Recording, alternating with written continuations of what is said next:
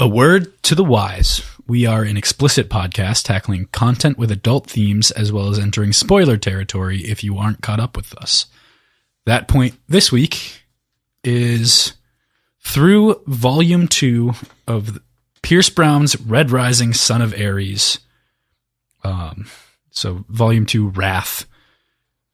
Presumably you'll have read Volume 1, and what's more, you'll have read the entirety of the Red Rising saga. So this is it, folks. This is the final little piece of Red Rising content that we've got, and I'm kind of broken up about it.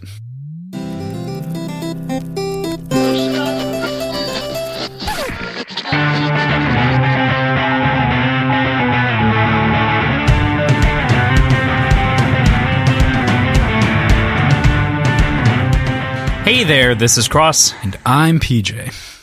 And we are Words and Whiskey, a podcast for veteran and novice readers alike. We tackle fiction novels and love to talk about what we're drinking. You should think of us as your intoxicating weekly book club.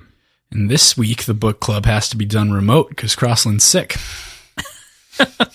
The book club is always done remote, PJ. That's not...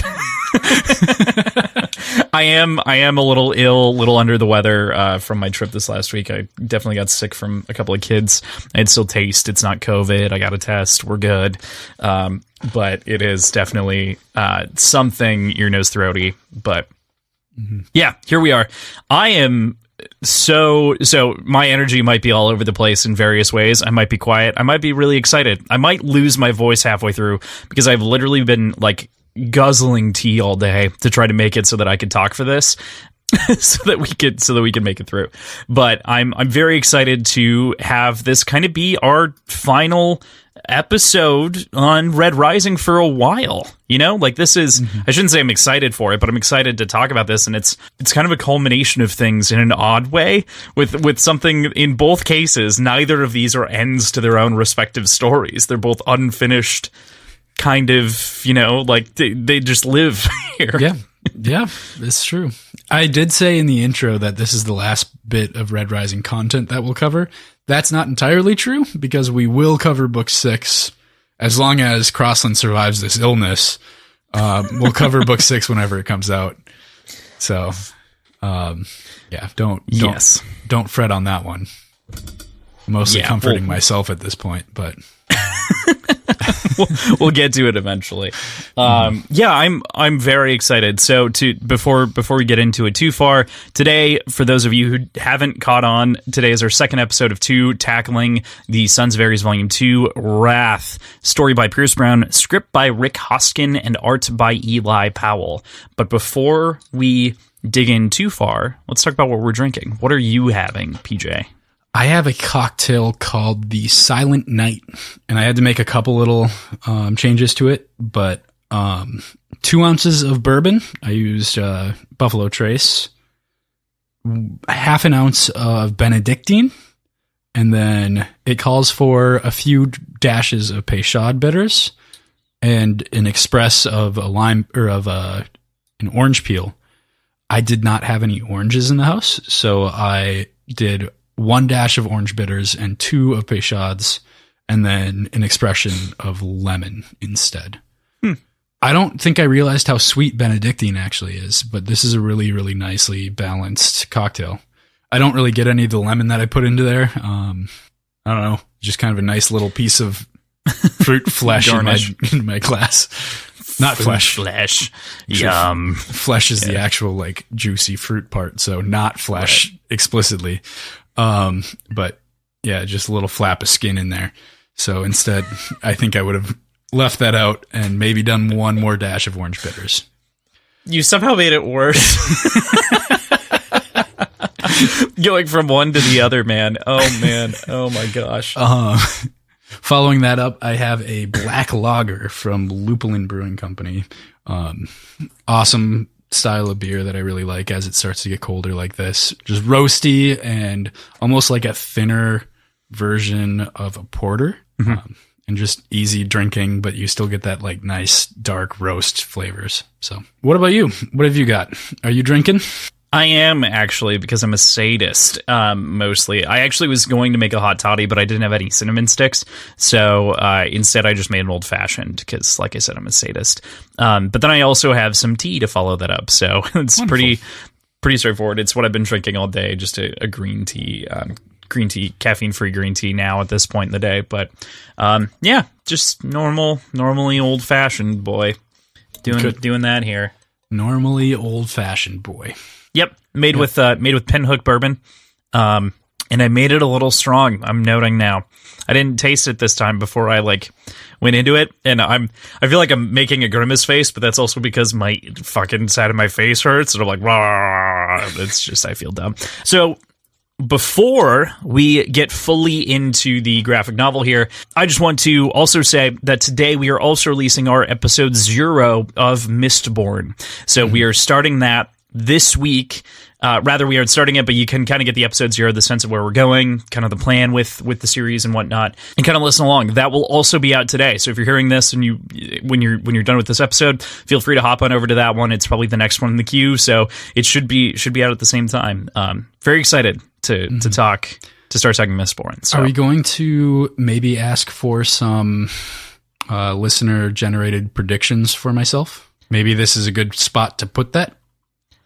Or did we record that into the episode 0? We recorded that a while ago. I can't remember. Into episode 0. Yeah. Okay. I think we recorded it into the episode 0. So sounds good. I think we're good there. But if you haven't sent them in, feel free to send them in.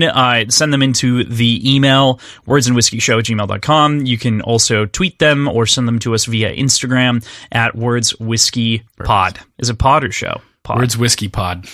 Words Whiskey Pod. I can't believe I do that every single fucking time. We really need to be on the lookout and try to consolidate all of everything. Also, wordsandwhiskey.show is our website, so it actually makes more sense to go show, but I think there's a character limit, and that's why we can't do Words and Whiskey Show versus Words and Whiskey Pod, because I think we're at the character limit for Twitter, I think. Yeah, I think that might be right. Anyway. We're a mess. Yeah, me a mess today. Here we are. So with that, let's get into the graphic novel. Before we kick it off, I want to say just some overall thoughts. What were you thinking? What do you feel? How do you feel about this one? In whole summation. I don't exactly know how to articulate it, but it felt different than the first one. It was a little bit faster, and I felt like the first one was pretty quick. But this, in comparison, was really breezy. And it felt, I don't know. I don't know, man. I really enjoyed it. I think I liked it better. At least I liked the graphic audio better than the first one. But I felt like the story was really kind of cohesive and fluid and made a lot of sense. So I really had a blast going through it. Yeah, I feel like as I've thought about these, as we've kind of gone through the two of them and kind of dissected them and kind of walked through them, obviously we haven't finished talking about this one or dissecting it or anything like that, but the second one here, I do still like quite a bit. I don't like it quite as much, and we can get into some of the why, I think, by the time we get to the end. But I will say that this time, I loved the graphic audio. I liked the graphic audio more than I liked the graphic novel, because I think it actually corrected some of the problems that I had with the graphic novel, because I read that first. So I read that first, and then I listened as I was kind of going through to kind of give, it its fair shake before, and try to take the art in and everything like that before having the image painted through sound. So in the other context. So sorry to cut you off a little bit there. No, you're good. I wish I would have written down exactly what it says at the end of the graphic novel or graphic audio. Because in the credits, it explicitly talks about this being a project in conjunction with Pierce Brown. And I don't think it said that in the first one. So I'm curious if he actually had a hand in the graphic audio of this one. That would make some sense. I mean, all in all, this one feels not only more on, but actually feels like it fleshes out some other things and hits on some other notes that you wouldn't expect, that are kind of some, significant lore at the time that may not have been colloquially available when they were kind of going into production. So yeah, I totally agree with you. So that said, I do have one issue that I'm going to bring up about the graphic audio, but I think it's the only big one. I think there's just one. So we'll get into that Sure. later. Yeah. So with that, let's get into the chapters themselves. So chapter 1, The Child in the Cot. And this, like we kind of said, this is very kind of, this is a breezy book, like you had said. This is an easier read, all in all, to kind of get through. And one thing that I noticed on the top of this book, and part of the reason that I think it felt breezier and maybe almost a little bit less brutal, is the kind of tie back to Fitchner's history in the Institute wasn't there. I think that did a good job of like not only fleshing out the character, but building up the world and giving us this complete sense of who Fitchner is, and we can tuck that in the back of our brain, but also structurally, I felt like this book was missing a little bit of that sort of brutality and edge. Even though we have a couple of characters die and we have other things like that, it feels just a little bit off. And I think that was one of the big things that I kind of missed between the two, especially just in the graphic novel. But when it comes to the audio drama, the graphic audio, I think that what they did in this first chapter is absolutely fantastic. They spent a lot of time fleshing out the syndicate. They spent a lot of time going through the interviews of the different Browns for the position of caretaker. There was a lot here that strengthened the graphic novel in a significant way, and I really enjoyed that. So there is a big difference. Not big. It's a really tiny difference, all in all, but it made for quite a bit of dialogue within this sort of montage, and that's the toothbrushing song, which in the graphic novel, Fitchner immediately like shuts it down, doesn't let him sing, but in the graphic audio, he lets him sing it and then just eviscerates him for it. So at first I'm like, oh no, don't make him sing it. Oh God. And then the follow through of Fitchner's actual response to it made it worth it. So that was kind of fun. There were a lot of those moments where, like, this time, it felt like it was dialed in a little bit more overall. And I know that this is a professional production company that does this all the time. This is not like their first rodeo. They do this for all kinds of other books and graphic novels and stuff like that. So this is, it shouldn't come as a shock as though they're professionals. But this is where kind of that little note of maybe consultation or maybe it's feedback on playing in the sandbox or what have you. It feels like this graphic audio just shook out a lot better, and that's a great example of one of the things. Another one is, like I kind of said, the Syndicate, the way that the graphic audio and Fitchner's narrator in particular describes the way that the buildings are welded together just gives you this like trailer park feel and this sort of like downtrodden energy. Almost more than the images themselves do in the graphic audio. And so that was another thing where it's like, wow, like why didn't we maybe get a pan shot back further of that and then kind of move in and kind of see and get a feeling from the graphic audio sense, or not from the graphic novel sense, excuse me. That was just one of the examples that I could think of. And the entire Syndicate in general, the Red Syndicate was, much better. Definitely. You brought up the fact that this was, despite the fleshing out that the graphic audio does, it is lacking a lot of the violence and brutality that you see in the first one, which I guess, what would you have named this issue or this volume? Because I don't think Wrath really fits. I feel like it almost does, right? Like Wrath almost fits. And where I would just challenge a little bit is there's a lot of almost violent moments that Fitchner goes on, and there is some violence that he does encourage, especially later in chapter 3 or 4 with the family Rhodes, right? Like there is still violence in this book. It's just that it isn't to the same sort of brutal level that it is in the first one with the Institute and the depictions and the blood and the all of that kind of stuff. It's interesting because this one falls off in that way, but like. This is a wrathful novel. It's about getting back at Artie in a big way and getting back at Quicksilver. So, I mean, the cutaway between, I think, the end of chapter 1 and chapter 2, where like he's going to shoot the kid, is intense. That is one of the best page flips between graphic novels that I've read in a long time. They do a good job of it in the audio as well. Yeah, that was something else. But so there are moments of wrath, there are moments of brutality. Could it have been named something different? Yeah, it probably could have. But I can see what they were going for. Each book has its own moment of wrath in it, but it doesn't feel, I don't know, as maybe wrath is too hard. Maybe it's anger. Maybe this is Sons of Ares angry, angry face. Grr. Grr. I like the subtitle, but yeah, I feel like you're definitely on to something. Wrath feels very specific, and like the Ash Lord is wrathful. I can imagine that very clearly. This doesn't feel like Fitchner being wrathful. Mm-hmm. Retribution, maybe? Yeah, Retribution could even be better. Mm-hmm. But yeah, so before we dig in too much into that, let's get back into the other stuff here, because I think by the end we might be able to land on a title or retitling or resubtitling rather. So or falling back onto Wrath if we decide that fits. Like I'm not opposed to it. I have no say in this. This already exists. It's true. The thing that I really liked here, and I've already said it a couple of times, but the Red Syndicate is kind of a giant question mark for me, right? Because as we come to understand the Syndicate in Iron Gold, really, that's really when it kind of happens. By the way, this is published a year after Iron Gold came out, almost 2 years after Iron Gold came out. Okay. For reference, so the first one came out around the same time that Iron Gold was being written and scripted and everything else. So there's a lot. That's a reason that there's like a lot of these bones kind of throughout the story. But Red Syndicate, as we understand them at this point, or the Syndicate in general as we understand them, is really kind of a plaything of Octavia's that she uses to like fuck around in the underground, right?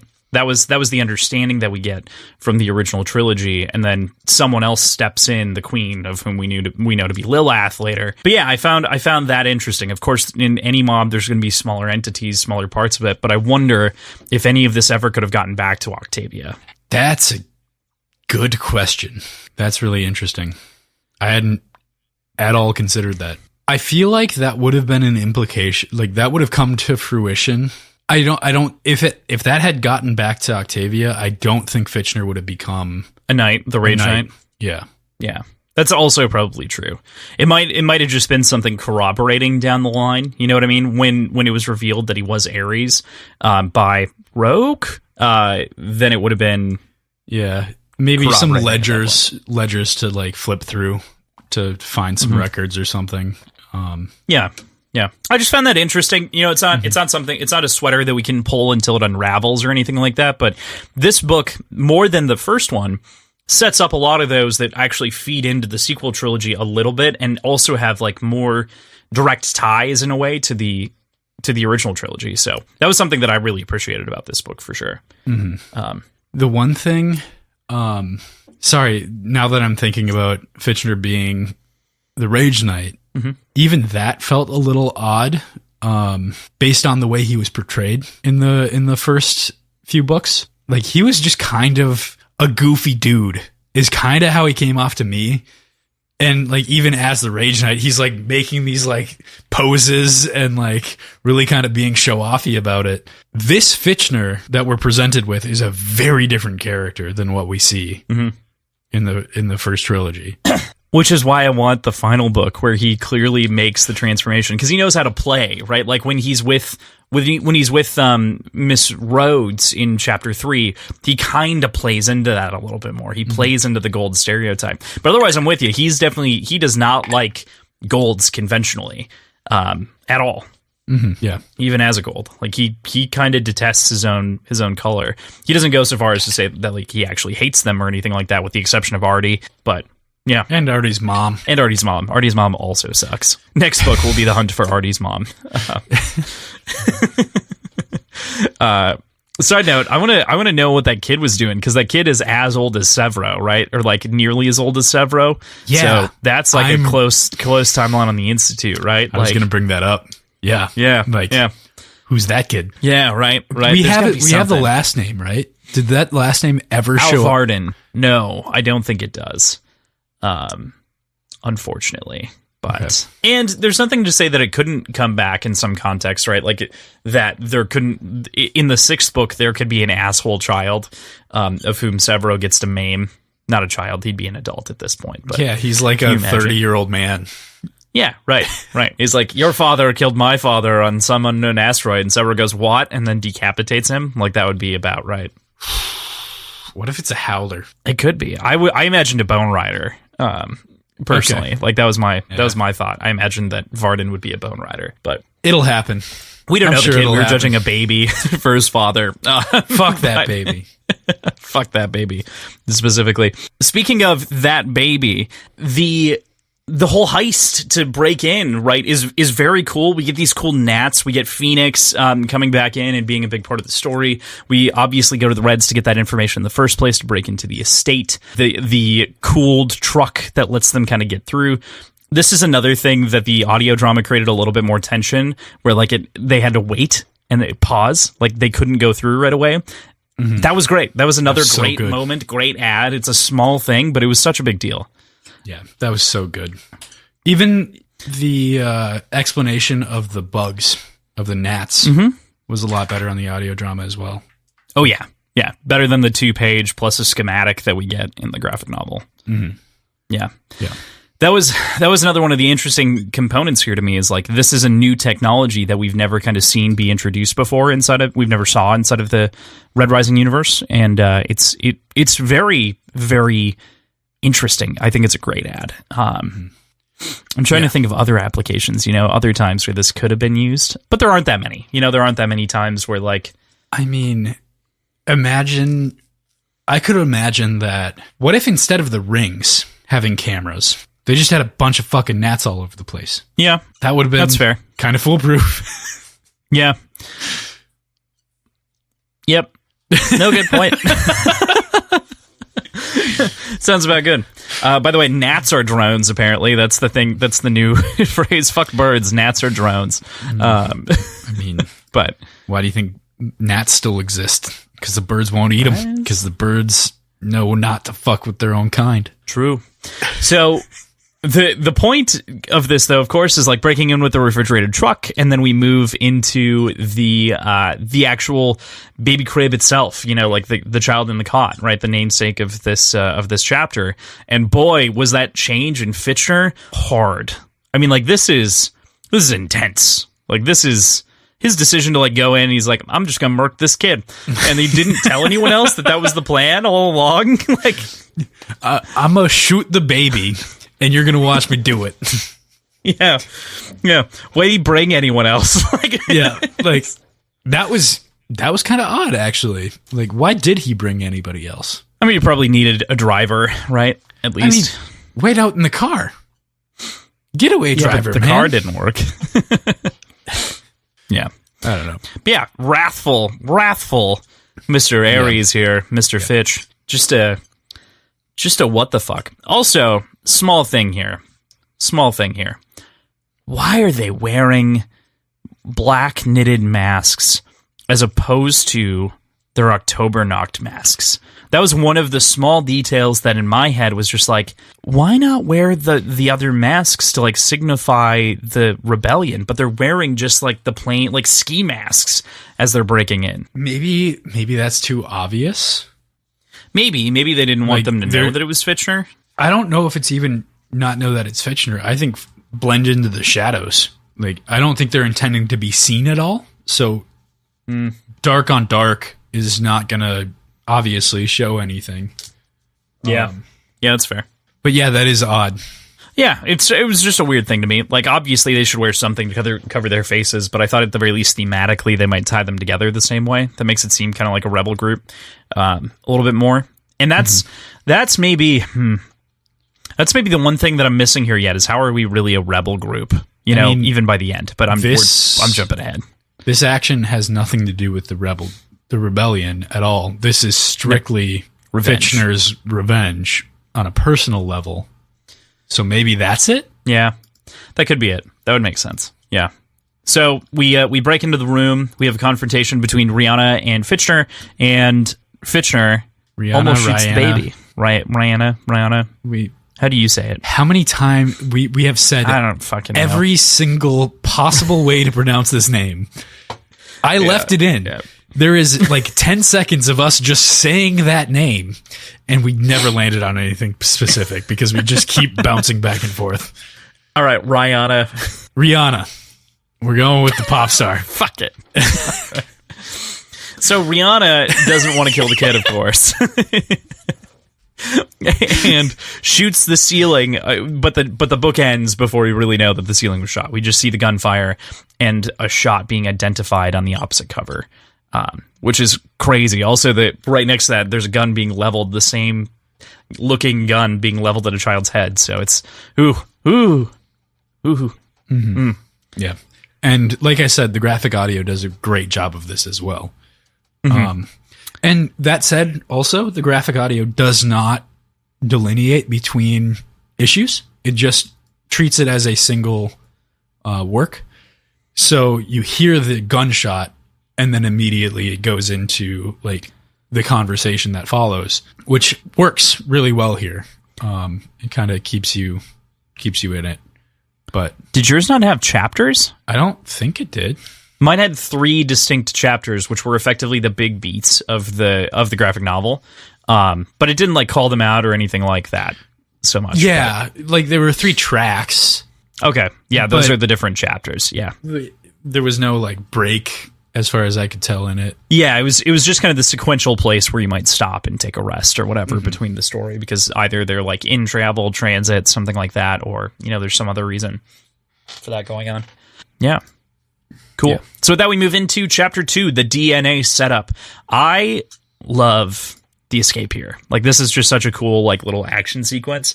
Again, better in the graphic audio.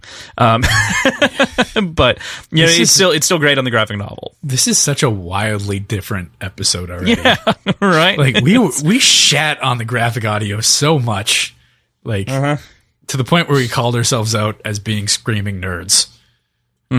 Like this. To be fair, though, this graphic audio is so good. It is just better. Yeah. Better than the last one for sure, and maybe that's a part of it, is we're comparing like a low depth to a high.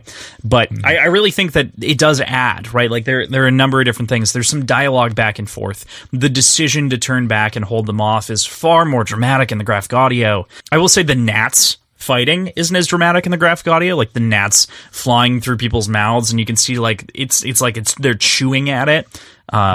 It's just so interesting in the graphic novel.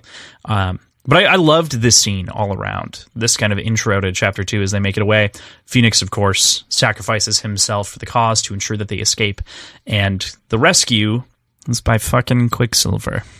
Fucking dudes everywhere, man. Dudes fucking everywhere.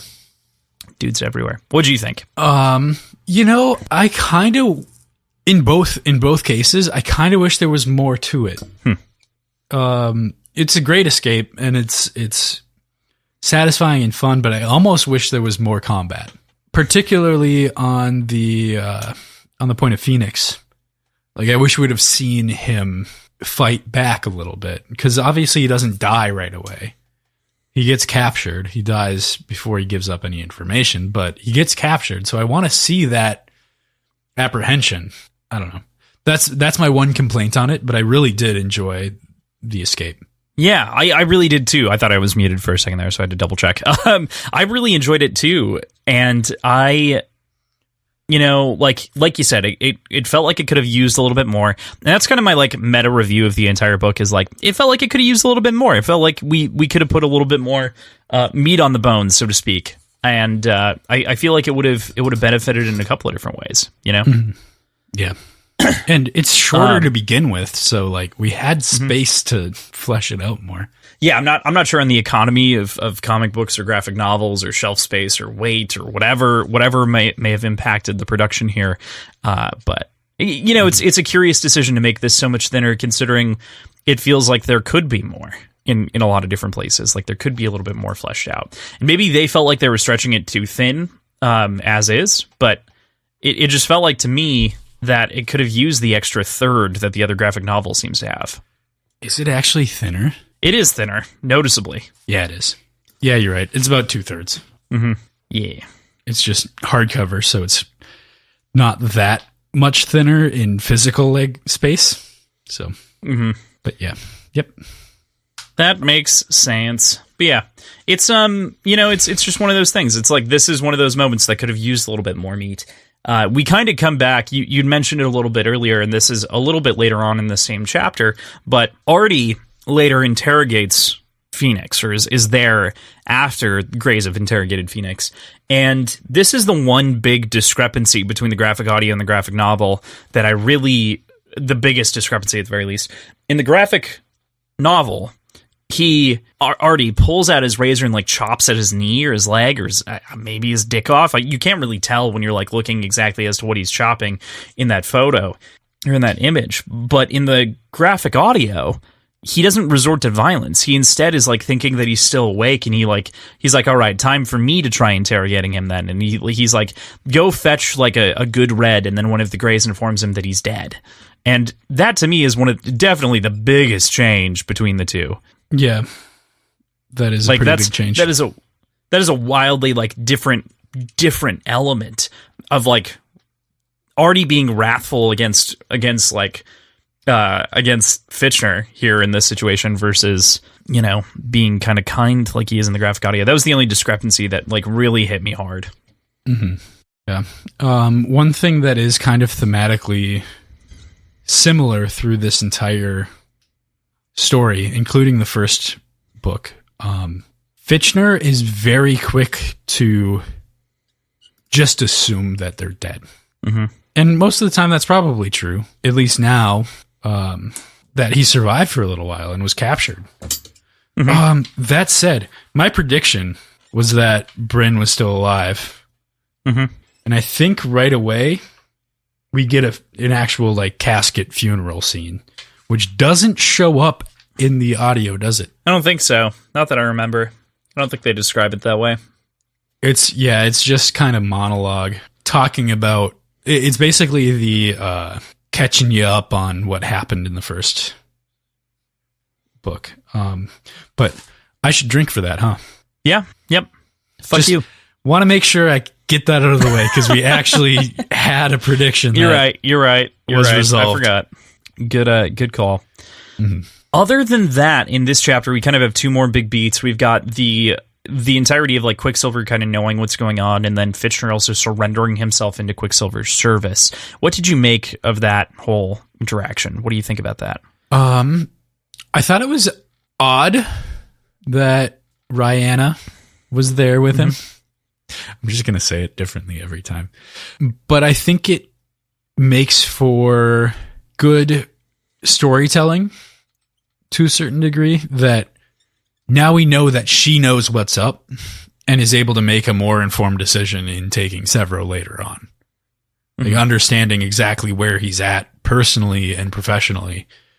So I liked how that played through. Yeah. I couldn't agree more. I liked the one thing that struck me about this scene in general, and it doesn't matter the format, is it seemed a little fast. But it also made sense. Like it seemed like this was a fast way to sell himself, but I guess he was very worried about Severo and Rihanna's well-being, as such that the Red Syndicate might come after them. Right. Also, that didn't seem like a huge debt to like worth selling your entire life over. 200,000 credits? I mean, yeah, probably not. It was 4,000. I thought it was 400,000 because he gives 200,000 up front. Maybe that's the difference between the audio drama and the physical book. I thought it was 4,000 credits, and then it became 8,000 credits because he was gold. I feel like the audio drama said that it was more money. More money. That's early, right? Yeah, so it says provided for a fee 4K, and for him 8. Yeah, that's why I think that it ended up being like 400,000 in the graphic audio. Like I think they said 400,000, and then or 800,000, and he had paid 400 up front, something like that. Gotcha. Yeah. It just, yeah. Because 4K feels like... I mean... all right. We don't know how hard credits are. Like, we're comparing credits to dollars, probably. I mean, like, I know that the... how many credits was the fucking violin that Darrow bought? Like millions? 2 or 3 million? Yeah, something like that. Something like that. So that's what was in my mind. I'm like, all right, 8,000 credits. That makes it seem like it's probably about 1-to-1 with dollars. Okay. I was thinking about Lyria's coffee and like the day's wage and everything like that. And I was like, well, technically that's not the same society. So it might be different, but yeah. No, I think you're onto something. Blip. All right. So I do have to ask, and this can get cut if you want, but do you have any honey in that tea? I did. Yeah. You did. Okay. Yeah. Honey and lemon. Why? Okay. Because that's what actually like helps. It's not just the tea itself. Because all you like mentioned hot was water tea. too. Yeah. I guess so. Right. I guess so. Yeah. Yeah. I also have. I didn't put agave in it, but I'm almost out of honey, and I will lean into agave if I have to for tomorrow. Just drink some agave, man. Straight agave, just blood.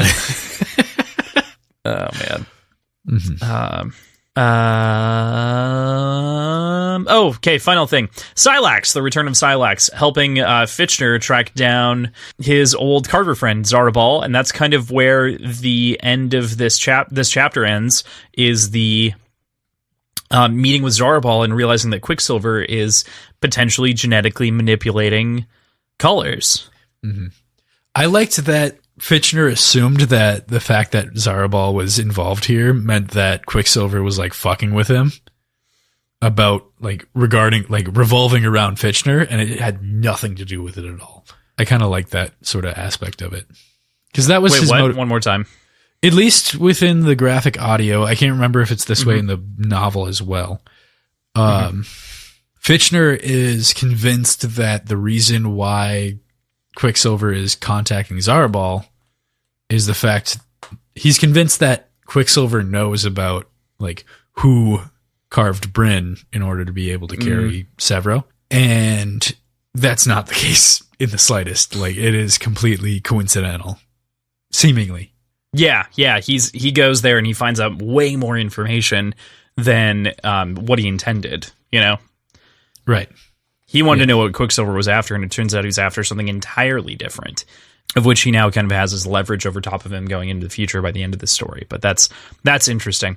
Did you have any other thoughts about the DNA alterations, or are we going to hold on until we hit the Cloney boys at the end? Ooh.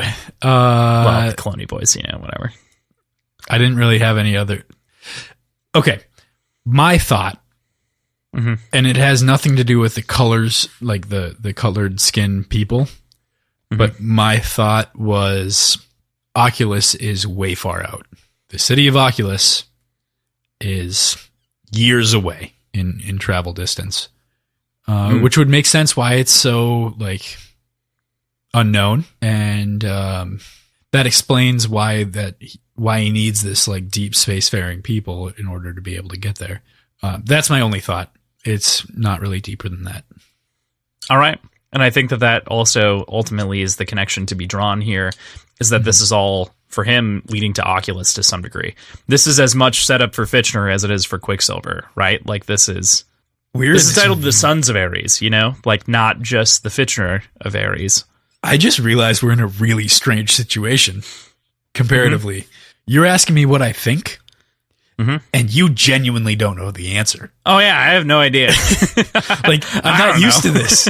I'm used to like trying to read what you're saying, just subconsciously. Like, all right, that's why we're still on video in a certain way.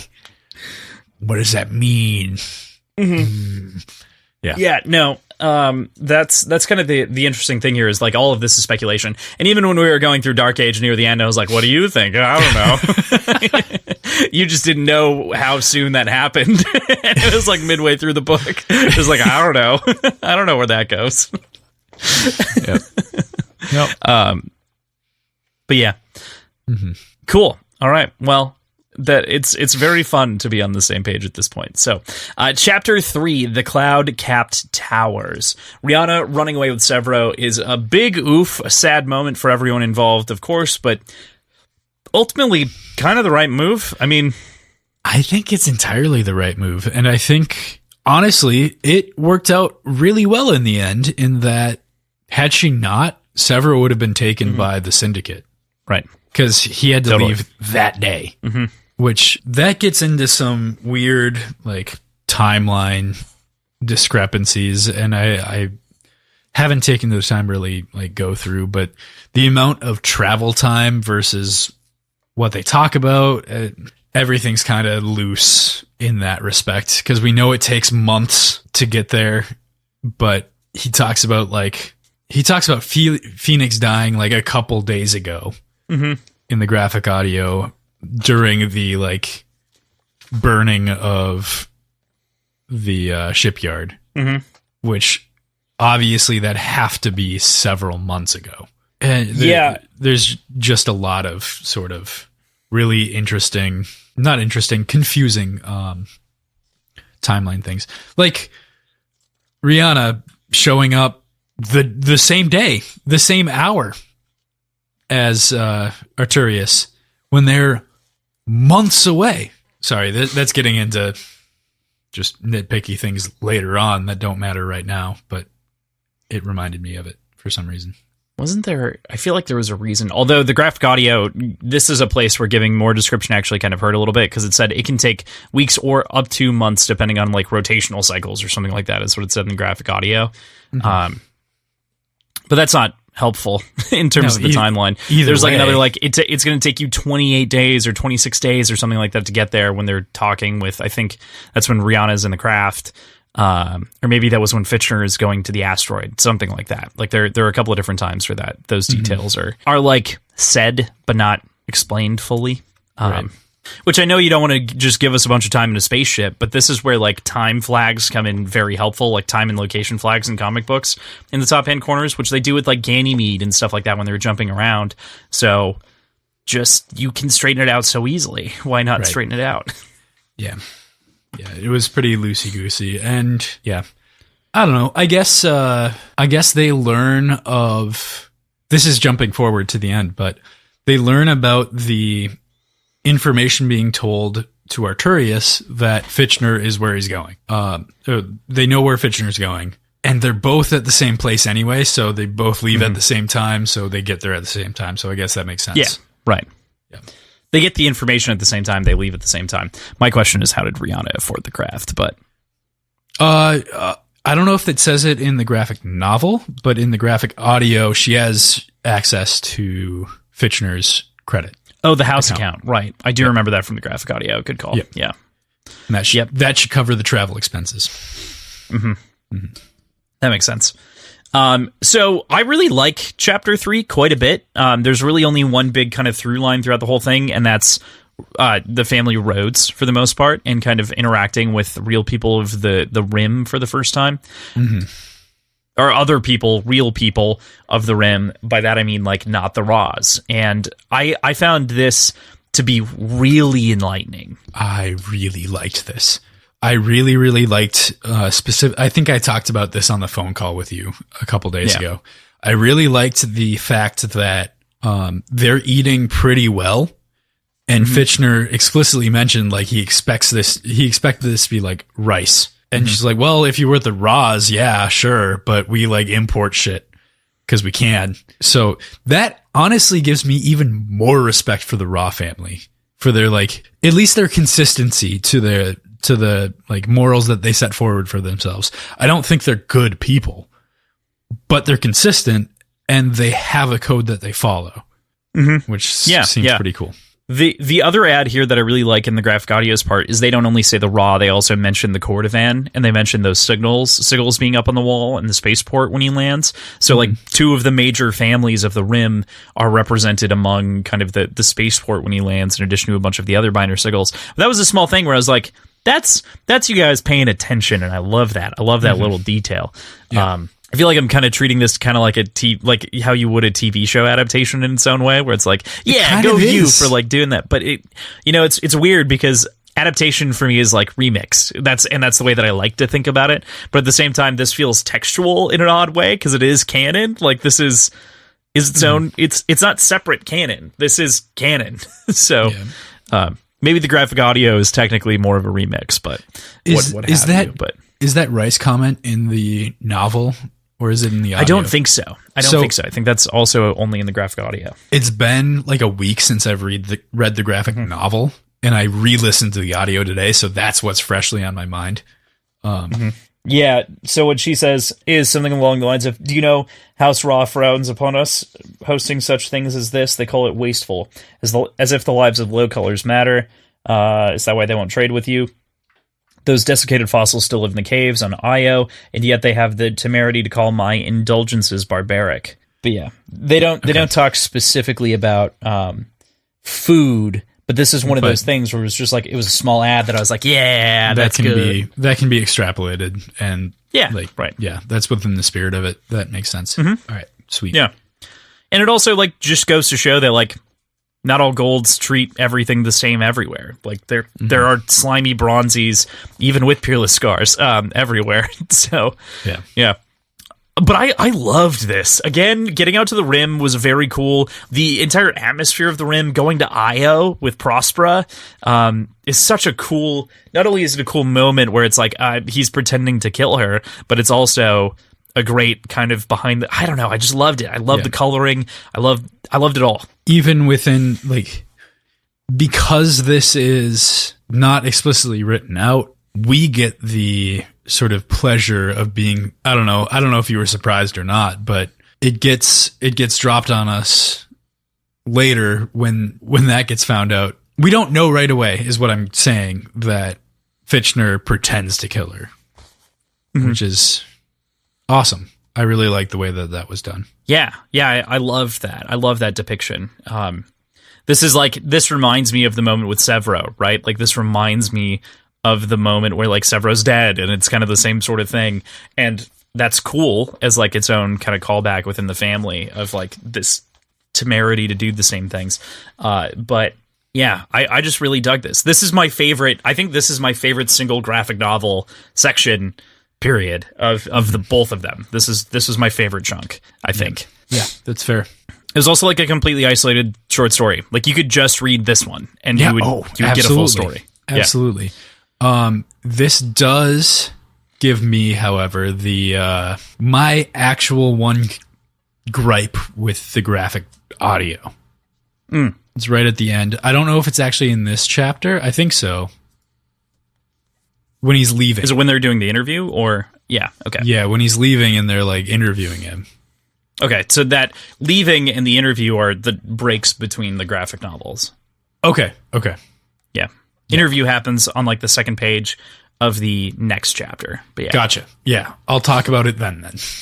Yeah, no, I mean, no big deal. We'll practically talk about it in just a moment here. But yeah, I mean, I really like this one. This is a moment where, again, the series got violent. This is a moment, again, when the graphic audio added fantastically to the fight in the arena, giving us the sounds of those obsidians fighting each other, adding some layers of brutality as like one's peeling back the other one's jaw. Like there's all this shit that is just so visceral in the way that it was described. And, oh, man, yeah. Yep. Absolutely. Cannot recommend that enough. It's fun.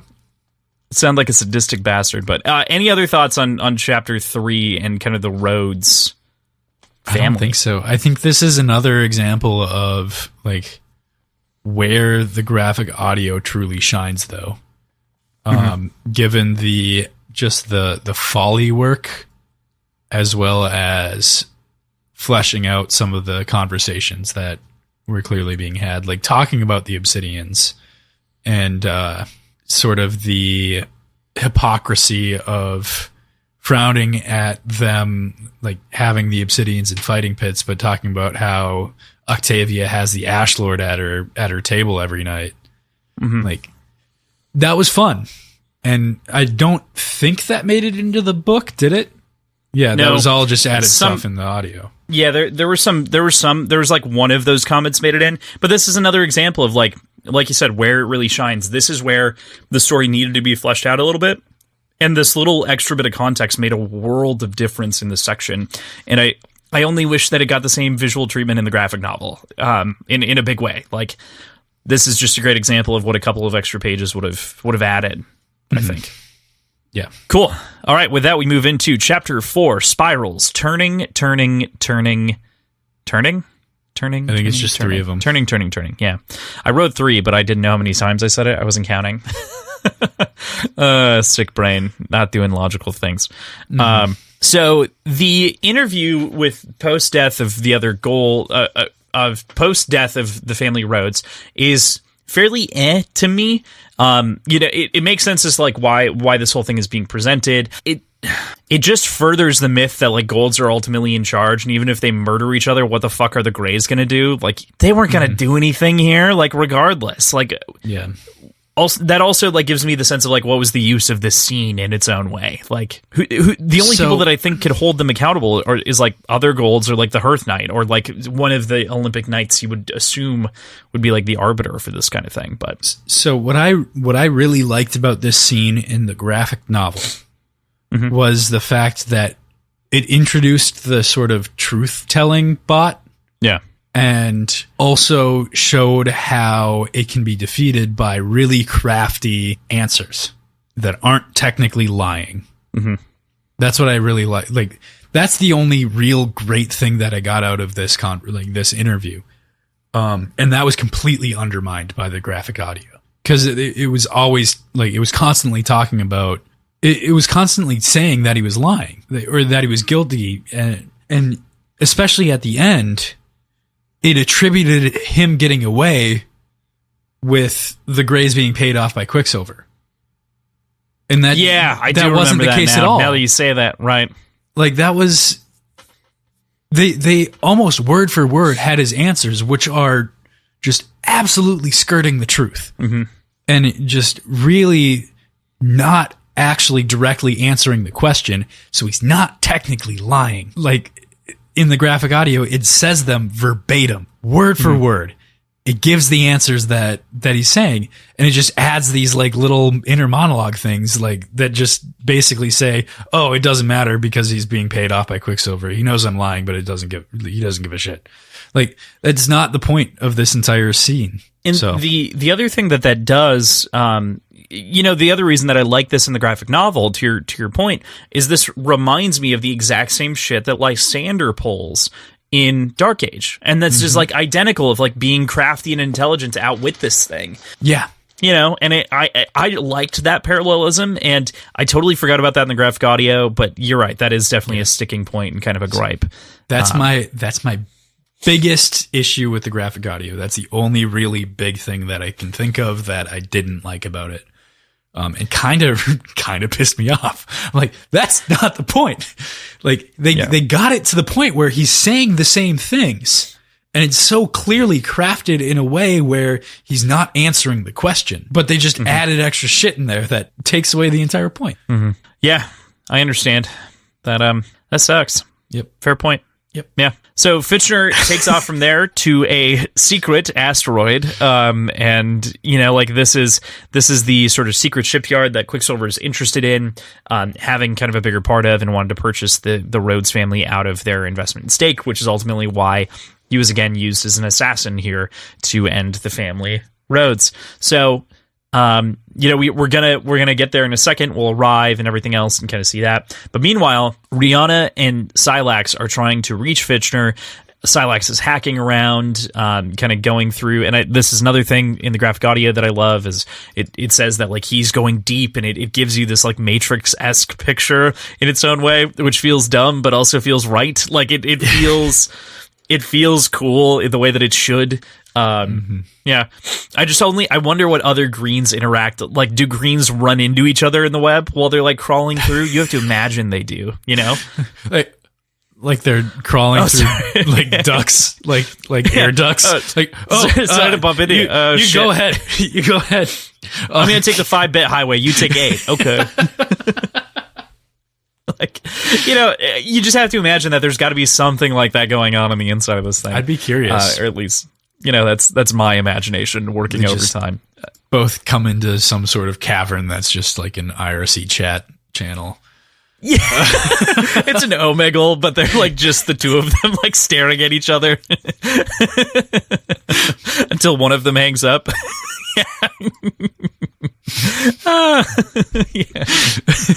Awkwardly waving, one of them pulls out a guitar and starts singing a song. Oh my god. For sure need to drink after that reference. So, like the entire scene with Rihanna and Silax and kind of they're like jumping back and forth trying to track down Fitch, I think is a great one. It's fairly tense in the graphic novel, but it's also, again, it's a little bit more tense in the audio. Actually, correction, it's not as tense in the audio drama until he is actually being chased out of his apartment, and then it becomes very clearly tense. But the entire scene in the graphic novel feels very much like he is not going to get it done in time because everything is escalating so quick. And that's why like him running off and him choosing to kill himself as opposed to like choosing to jump off the building as opposed to getting caught and then having to like sell out Fitchner and Rihanna and Severo in turn. Man, what a choice for that dude. Yeah. Fuck. Yeah. That was heavy. Yeah. That was a heavy choice. But you know what was really cool about the end of that? I really liked the cleaning robot. I really did. Yeah. Especially the graphic audio where it just started furring and spurting water. I was like, oh no, that's so sad. But that's actually pretty cool and true and real. Like, yeah, that's pretty dystopian though. You know, very dystopian. Having that at the ready for any time somebody offs themselves off a building. Well, the scene looks like something torn out of Watchmen, right? Like it looks like something torn out of that first issue of Watchmen. It looks like, what is it? The first fucking 2 pages. Couple of pages, yeah. It's because don't we see the death right away? We see like the murder of of the dude from the convenience store like spraying down his shop front, like, very much the same, just with a robot. Yeah. And the detectives kind of gathering around, but the grays. Yeah, I mean, it's I liked kind of the imagery on the page. Obviously, it's very sad. Silax was a cool character between this book and the last book, and so now to see most of the squad die is sad. It kind of sucks, but you know, rebellions are built on bodies, and at the same time, we're not really rebelling yet. Like, what are we? What are we fighting for? You know, like we don't have that sense yet. We're fighting for Severo. I think we're fighting for. I think we're fighting for the ability for the love between Fitchner and Bryn to exist. Yeah, that's fair. That's fair. That makes sense. We're fighting for that being a possibility. Mm-hmm. Yeah, without a doubt. That makes sense. I'm trying to think if there's anything else in this that is really good. I really just think that like there's a lot of like good travel stuff that happens in here, like good space travel stuff. A lot of good monologuing on the part of Fitchner, but this chapter is very short compared to the rest. This is barely a chapter by most regards. Like this is really all that happens. So, and Vardan also is in on him and understands and tracks him down. So, from there, we assume that the travel time from Mars to the asteroid isn't that long, but the travel time from the Jovian moons to the asteroid is a while because they obviously have to catch up. So we time jump. Like it literally says it's a couple of months, doesn't it? Earlier, I think it says that in the graphic audio. I don't think it says it in the graphic novel because I was trying to find it earlier when you made mention of that, and I didn't find any reference to it. But gotcha. There was like a day counter at one point for something. But I think it's graphic audio. But again, like we can assume that obviously it takes a long fucking time to get to the rim, and it's going to take less time. Like in Morningstar, it took them 3 months to get back from the rim, I think, if I remember correctly, to the moon. It takes a while. So like Mercury to Mars is a month and a half, right? Something like that. Yeah, I think that had to do with the orbit because they could have left earlier and they would have made it sooner. Like, but yeah, gotcha. I mean, that's kind of the whole point of like sometimes it's better to travel than others, but fuck. So you intentionally lean away to cough and then go bah into the microphone. It'll be easy to cut. I don't know what to tell you. So with that, we're going to move into Chapter 5, Future Monsters. This is where the cleaning robot comes in. I love the cleaning robot. End of point. But now we get into the really good stuff, right? We get into chatting with one of the coppers that's under Quicksilver. We get to see these experiments. This is another thing that is fleshed out so well between the two. This is another thing that gets so much love and attention in the graphic audio. Is kind of the description of walking in and the decontamination and sort of the way that all the scientists are running around treating things. Just a little sense of urgency that's given in description, but not so much in the visuals because of how much they're like cutting between things. That was one of the things that I really appreciated here is like just this moment to kind of slow down and take in this, what reminds me in my head when I was hearing it of like Independence Day when they walk in and find the aliens in the tubes. You know, it's kind of that same thing. Like, what the fuck? The way I was imagining it all of these sort of color people. We already mentioned Watchmen, so let me bring it up again. I imagine all of them to be different, like, depictions in different colors of Dr. Manhattan. Sure. So my thought is, and just kind of really starting to think about it more and more, they're clearly different colors. And I'm wondering if it's basically all of the specialized colors with their own strengths on the body of a gold. Like, you get all the gold benefits and the benefit of whatever color is specified, just for the sake of creating a very, very efficient crew to travel for years across the, I don't know, void of space. Yeah, or obsidian. Like, that was my thought. Like, one of the two. Yeah, I would agree with you. It's got to be mixing of one of the bigger, bulkier, stronger colors that can really kind of maybe survive losing bone mass and density and things like that over time. Like, yeah. Which is simultaneously really, really cool and really fucking egregious from like a like ethics standpoint. Well, this gets into the Quicksilver. You're pretty fucking awful, dude. Like, perhaps we don't know you're that, not as good as we think we are. Yeah, we don't. are completely attributing like whatever we want to this. We know nothing. But you know what this made me think of? This made me think of the fucking Oskamani dude, the little crawler dudes. This made me like go like, what if that's a spin-off of this project in some way? Like, what? Not saying that Quicksilver's responsible for that, but like, you know, not like the Fear Knight couldn't have come up with some shit like that and like fucked with, you know, like, yeah.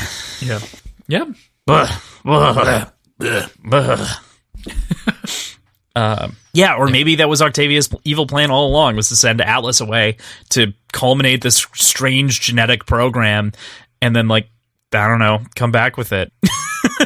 Yeah, everything got fucked. I don't know. There are any number of like rogue theories that can evolve out of this sort of idea of like, what the fuck is Quicksilver doing, and how much does everyone else know about what Quicksilver is doing?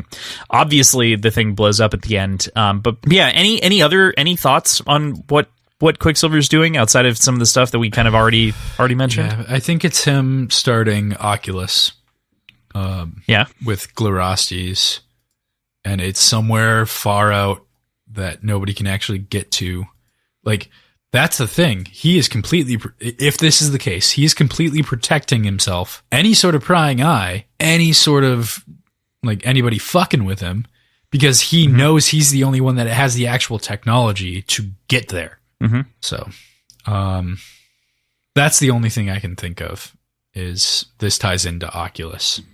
Because that clearly exists within the universe in the next 30 years? Yeah, right. Because it's got to be at least 30 years until where we're at in Dark Age. So right. So within 30 years, Oculus exists, whatever it might be, and it seems like it's a big enough and secret enough project that this is probably it. Yeah.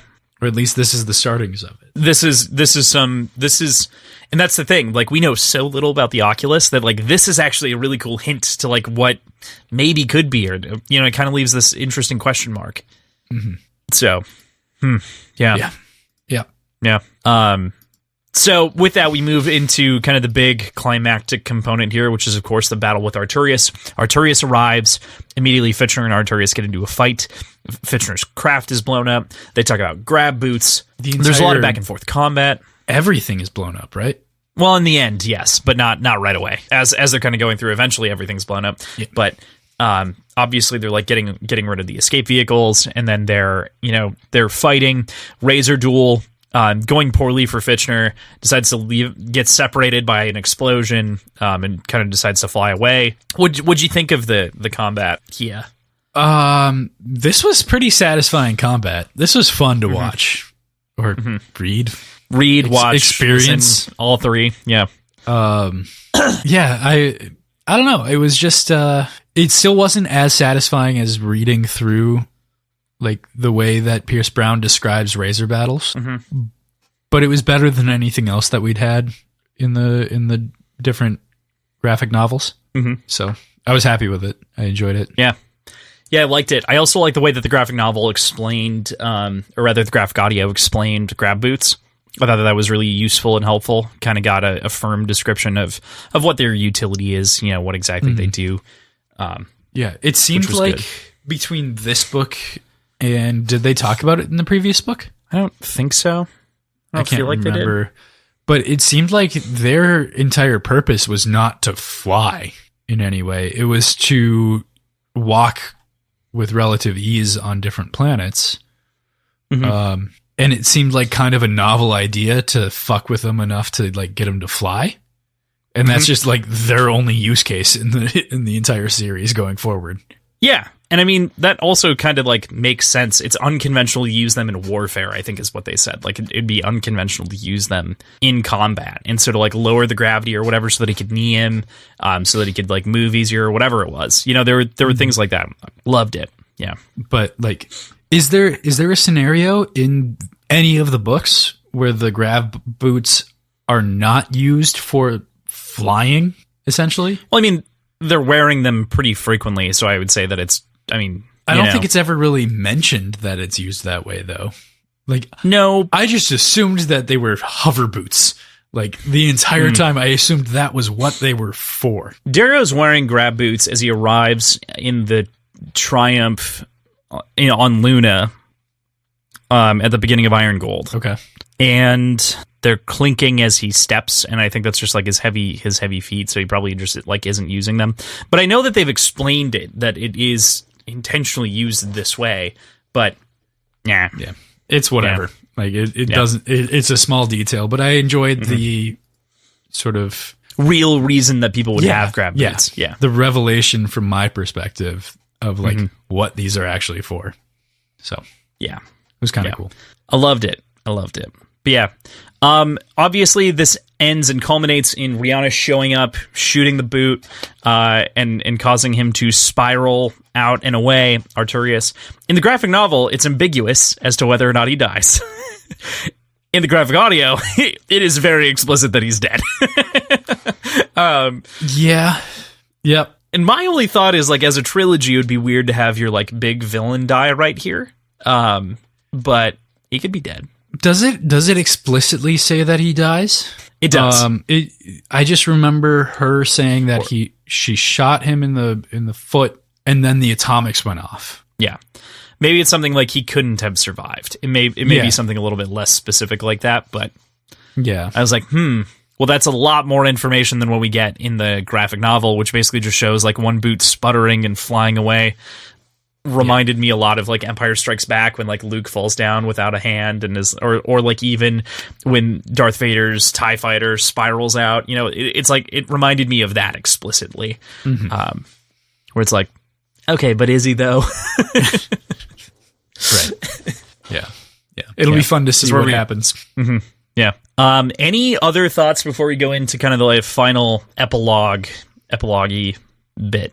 I don't know. No, I don't think I have anything else to add at this point. Cool. I think we've covered it.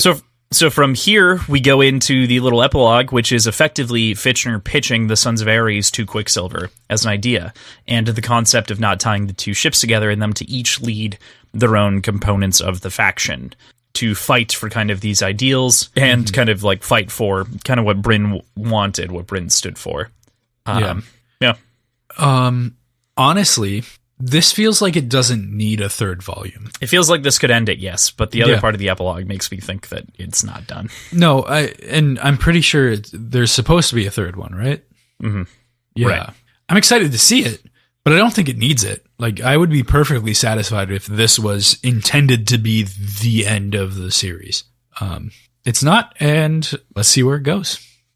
Yeah, I feel like the thing that I want to see yet, if this makes sense, and I feel like this is maybe a good transition out of this, is how we get to the point where it makes sense to recruit someone like Darrow, or what else do they do before they land on this someone to take it down from the inside kind of a thing, right? Like, I want to see. How do we get there? I want to see from the graphic novel's perspective the recruit of Titus. Yeah.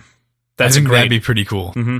Like, maybe that would be earlier than Darrow. Maybe it was less of an accelerated path between recruiting and being ready for the show. Maybe they kind of raised him into this role. I don't know. I think that would actually be a great like epilogue-y like chapter, you know? Like you end the next novel with like a complete arc, but then you show Titus. Like you kind of get into the other side to some degree. I don't know. Right. Yeah, I like that idea. I like it. So overall, you know, any other thoughts? Anything else that's picking at your brain? Is there any sort of roadmap for when the third will come out? I'm assuming COVID threw everything into a tizzy, so I don't think anything's been announced yet, but I would assume that if it's anything like the other ones, probably 6 months after the novel, which is pretty much the way that the other ones came out. So cool. I'm thinking that, especially then, because the novel hypothetically will end the entire series full stop, I think. Or is he planning on doing another set of books after that? He might. I don't think he's planning on doing another set of books after that or anything like that, but I think that it doesn't need to be fully conclusive. I'm sure it will tie up most everything, but you know. I guess I'm not necessarily looking for it to be fully conclusive, but I'm guessing that book 6 will heavily involve Oculus. And I think once that gets fleshed out in text, we will see the origins of Oculus in graphic novel. So I don't know. I think that'll be a big part of the next book. So, and cool. I mean that in both respects to the novel and the graphic novel.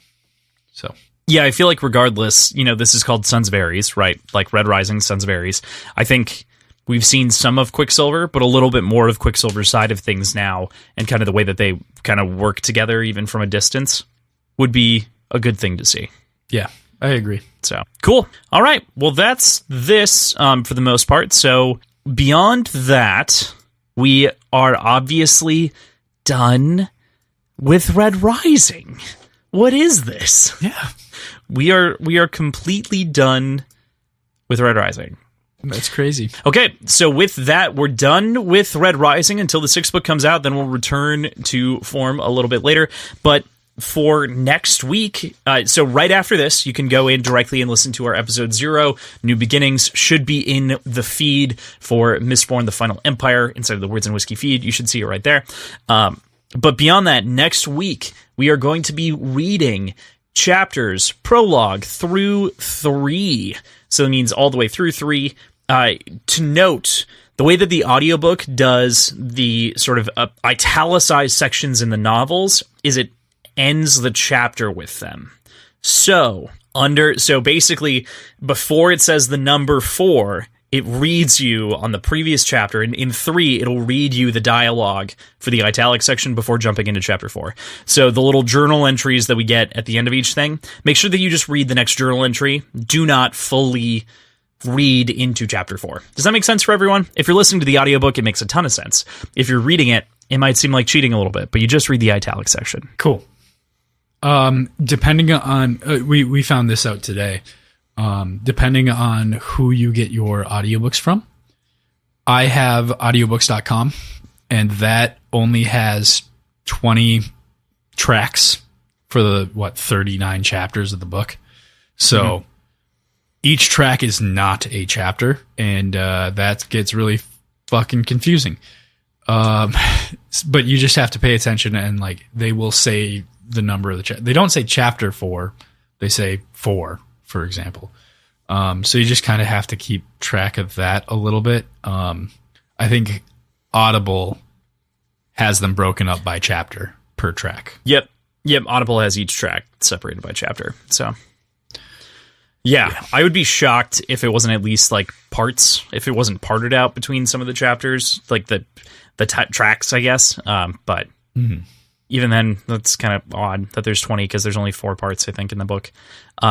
Cool. So that's going to be the game plan. So, yeah, super duper excited. Yeah. For next really week. pumped. That was really stupid. I don't know why I said it that way. I am so excited to start a new book series. This is going to be a ton of fun. Me too. It's a different series. It's a different author. It's a different genre. Like, it's all around different, and I'm super excited for it. It'll be a fun time. Yes. So go and listen to the episode 0.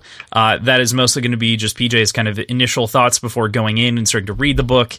And we'll see you next week. That's where we'll leave you for the week.